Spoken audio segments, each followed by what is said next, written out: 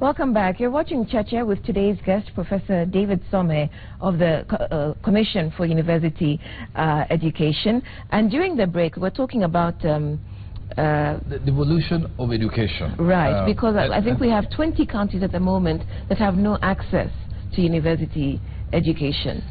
You know, access, okay, first of all, the question is, do we need to devolve universities to county level?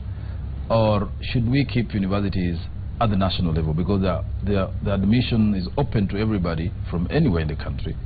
What are the pros and cons of the two options? The Constitution is very clear in Schedule 4 that university education is a national government function. But the national government, through the Universities Act, decided that we will ensure to establish a public university in every county. When I take stock, we have 20 counties right now that do not have a university at all. But not even private, not even public. Not so even a college, my function is to ensure that we establish a public university in counties. Do we need them? The answer is yes. With 42 million people, and if you go population by county, yes, we need universities. But from where I sit, we need also philosophy for each university. We just don't want to replicate Kenyatta University in this county or Nairobi University in this county and so forth. We need counties that will offer. For example, in Turkana County, for example, where there is oil, petroleum and oil and gas kind of programs should really be established. And it will help this country, not just that county alone, but the entire country. But you have a problem also, there is evolution of university education. Where you have a Masai Mara University, the community there says the vice chancellor must be a Masai. If you're in Meru University, a public university, the vice chancellor and the teachers, then it turns from being a university without philosophy into a village, to a locovacity, which is terrible.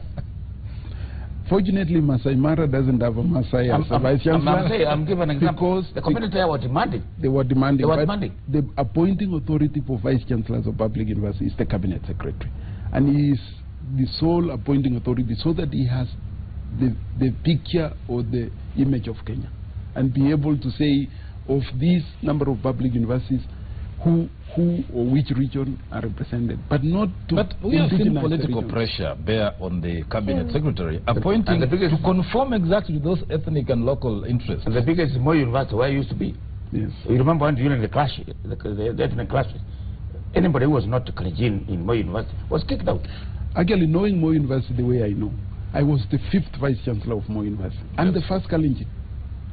The previous 5 were not Kalenjin.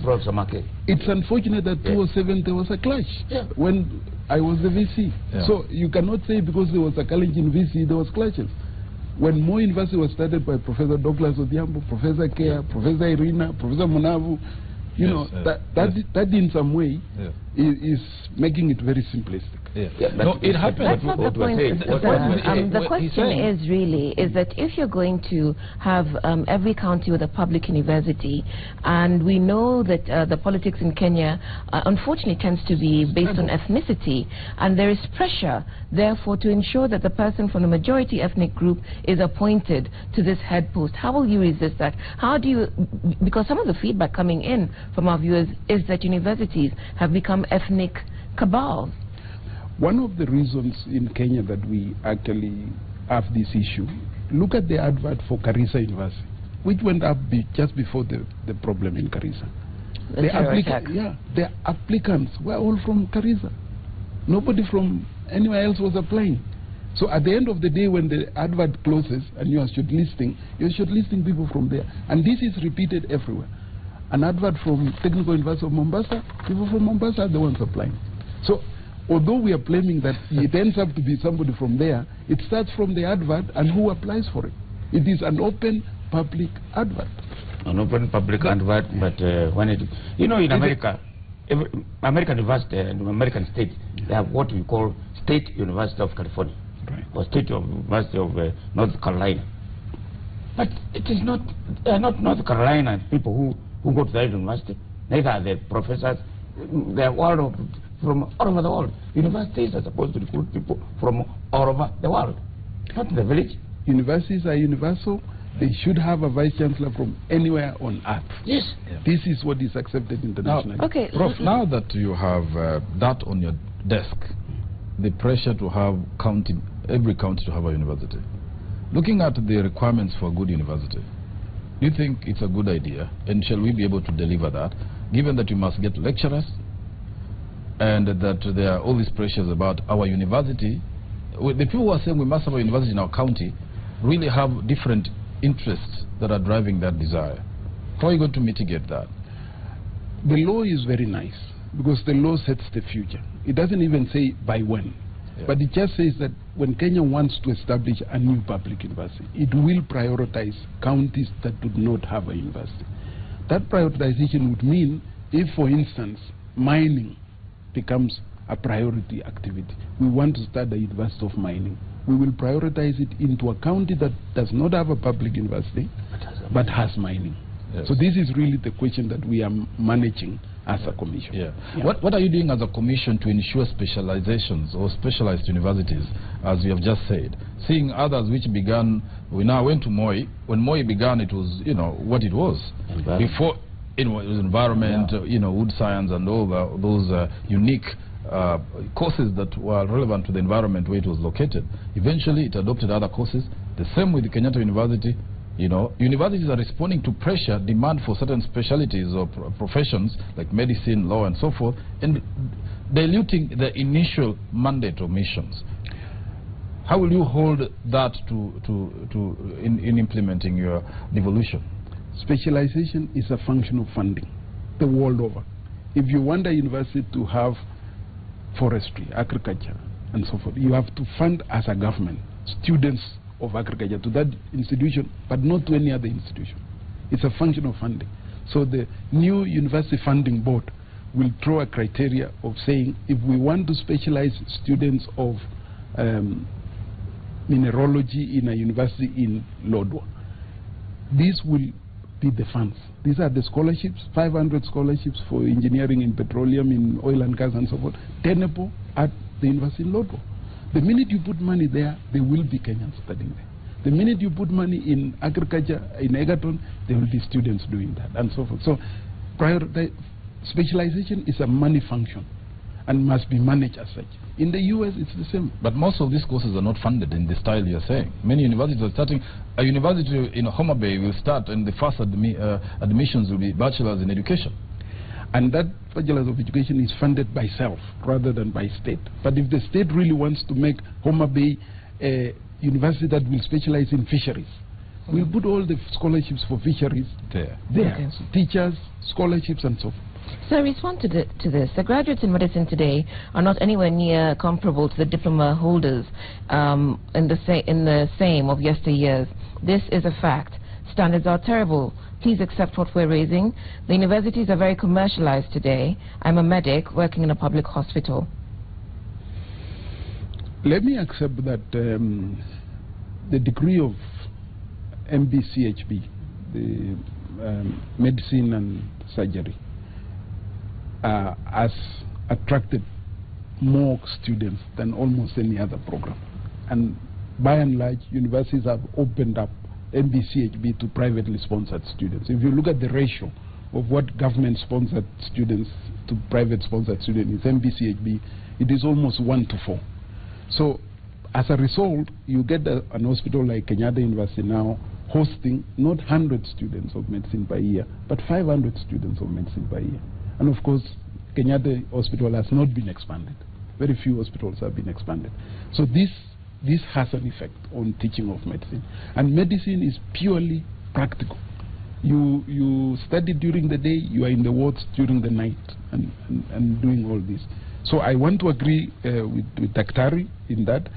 But to say it's commercial, we go back to what I was saying. Universities are raising money from privately sponsored students to give universities going. What is the connection between, or relationship between our universities and the industry?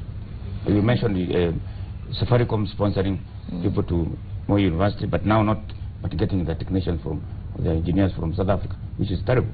It goes with this. Put more emphasis on technical courses. An artisan is more useful to the community than a professor teaching Kiswahili. Let's get our priorities right. And that comes from Jeremiah, and the two are linked.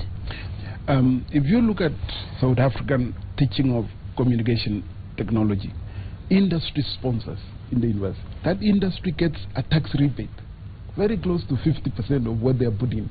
We have no incentive for industry to do anything in Kenya. There is no tax support. I know there was a time Power and Lighting used to sponsor students to go to university. Absolutely. In fact, in the Polytechnic, there used to be metal box. Yes, metal box in Thika used to do a fantastic job. Yeah. But since, why should they do if any other industry is not doing and getting their graduates? Professor, you sit in a very strategic position, I would imagine, and this would be the policy discussions you'd be having with the government, because you are representing all university level education. So you'd be saying, look, these courses are suffering, we're having these problems, these tax rebates you're talking about, are you having these conversations? Actually, the 2012 law made a provision that the governance of universities must have industry. And these more or less have been assured. So we now are having industry coming into the governing organ of universities. And I think as way forward, we're going to see more of industry involvement in not just the governance organ of the university, but also their participating in the training. But it's not happening. It's not happening yet. Yeah. Yes. Okay. But we need incentives. Bahati, Professor, when are you planning to audit courses offered in universities? Most universities standard and adequate infrastructure, qualified teaching staff, and relevant curricula. And then, speaking to this conversation about funding, I'm sorry, Professor Somé is conceding that the government is underfunding higher education, compromising quality. So can we say that government is doing this from basic to higher education through underfunding? We have poorly paid teachers, no quality teaching, poorly funded universities, no research, no quality graduates. How long for? Let me start with the program audit. Program audit is looking at the course. We do program audits every cycle. So a program that is 4 years, we audit it every 4 years. A program that is 6 years like medicine, we audit it every 6 years. So we have auditing going on continuously. And we do something we call peer review auditing. That means we call on people from industry, both in Kenya and in the East African member states. We have an association called the Inter-University Council, which we call on all our members to assist us in this peer reviewing. And for most of the public universities, we've audited their programs in 2012. So the bulk of them will be coming for re-auditing in 2017-2018. But for universities like private universities, this is going on as I talk. What do we do in audit? We actually look at the development that this cycle has gone over the last 5 years. As it improved, as the curriculum being reviewed, as it had an input from industry, and so forth. So we are continuously keeping that. And this is a quality audit practice the world over. This is really, UNESCO supports this. They actually said how we do this. And so in some way, we want to assure the public that the universities are continuously improving the curriculum of each of the courses that they are doing. We also do something called institutional. We're running out of time. Can we come to the point that Onyacha makes, that government policy seems to be inattentive to education right from basic all the way through to higher education? I think that question rightfully should be at the cabinet secretary level. I'm only at the university level. And yes, if we want more funding for research, if we want more funding for teaching at the university level, for recruiting more staff, yes, we need more money from government. But what we are saying is government should not just give money to the university. They should sponsor students to the university. This is an internationally recognized way of funding universities, by giving scholarship at the unit cost. The expansion of the universities in Kenya also includes the accreditation of foreign universities here. Quite a few have run into problems, but to plug into the needs that we have, how much are we engaging with international renowned universities to set up shop here? Actually, the law allows for a foreign university to establish either a fully fledged college in Kenya or collaborate with an institution in Kenya. That is there. The new law also is very tough. Okay, as internationally, we don't have a Kenyan university doing business externally, except two at Rwanda. Yeah. Why? Because for foreign university to come and set base, you really have to set standards. But even in Rwanda, one of our viewers said that a health science course offered, I think, by Mount Kenya University has been banned by the Rwandan government. Yes. You know, the conditions for foreign universities in any country are tougher than for local universities because they are growing their own most of the time. And so in Kenya, yes, you could say they have run into problems because we have a number of briefcase universities out there, particularly with online courses. Those ones we are putting them to test, real tests. And as I told you, how are you doing it? I've been in the job for 3 years. Of that. I've been in the job for 3 years. We've only approved 3 of these in the last 2 years because they do not meet the minimum standards that we have set.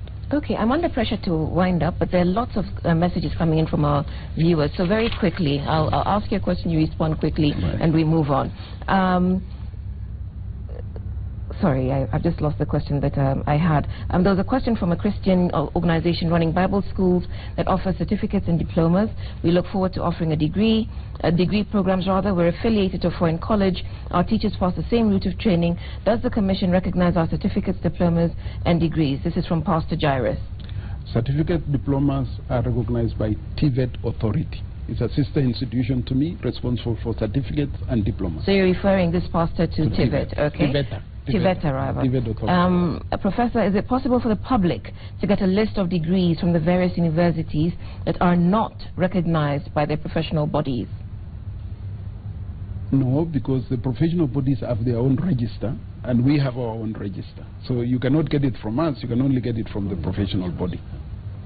That's complicating that's complicating things. Make it easier for the public to decide whether this course is worth taking or not. There has to be a central portal for that. Yes. And this is what we're asking Parliament to do. Let Parliament have one law that accredits universities, not now the way we are in at the moment. Okay. No, I don't think the Prof should get away with this. The University Commission is responsible for all the admissions. Students are getting into these universities under their wings.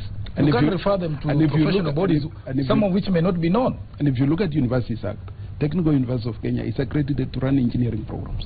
Yes. And this I say rightfully here. Right. The professor is running from the truth. These universities have tribal workers.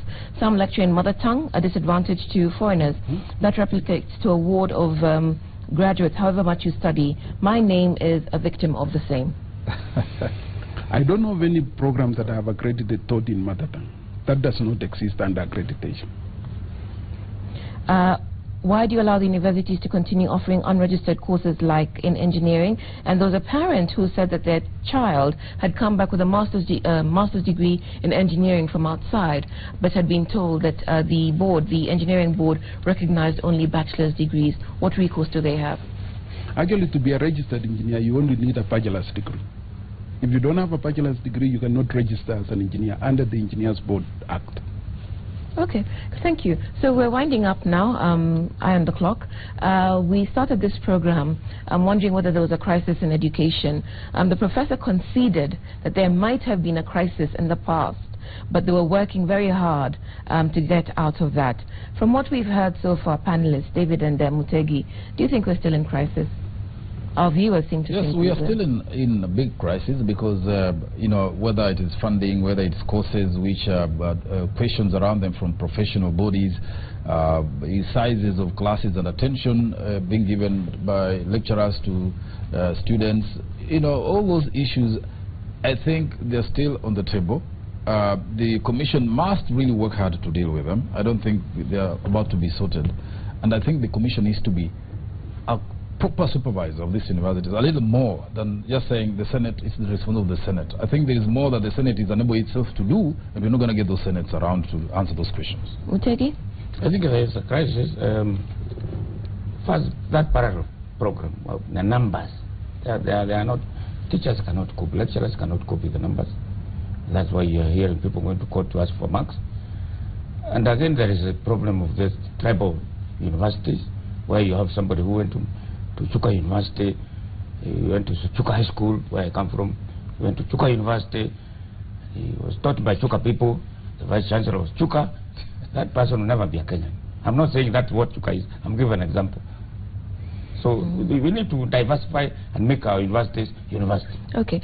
Professor, the view from our panelists and from the majority of our viewers is that university education, higher education broadly, is in crisis. It doesn't seem as if, from what you're doing, that there's any confidence that we are coming out of this crisis, as you told us at the beginning of the program. I started woodwork by saying sessional paper number 14 of 2012. That paper is titled Transforming Education and Training in Kenya. And the laws that has come with that law, one of the most important law is the Kenya Qualifications Framework Act, which makes 8 frameworks, qualification frameworks. Early childhood, primary, secondary, controlled by the National Education Board and the County Education Boards. Certificate and diplomas, controlled by TVET authority. Okay. Bachelor's, master's, PhDs, controlled by the Commission of University Education. All of us are almost a year and a half into our regulations.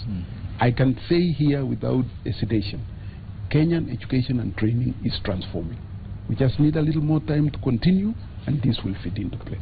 Okay, well, we wish you the best of luck in transforming Kenya's education sector, and we thank you for your time here on Cheche this morning. Our time is up. Thank you for watching and engaging with us. This is Professor Some of the Commission for University Education. We also thank our panelists, Muteginja and David Makali. You've been watching Cheche. We've been live on Citizen TV. My name is Udwa Kamimo. We'll see you next week.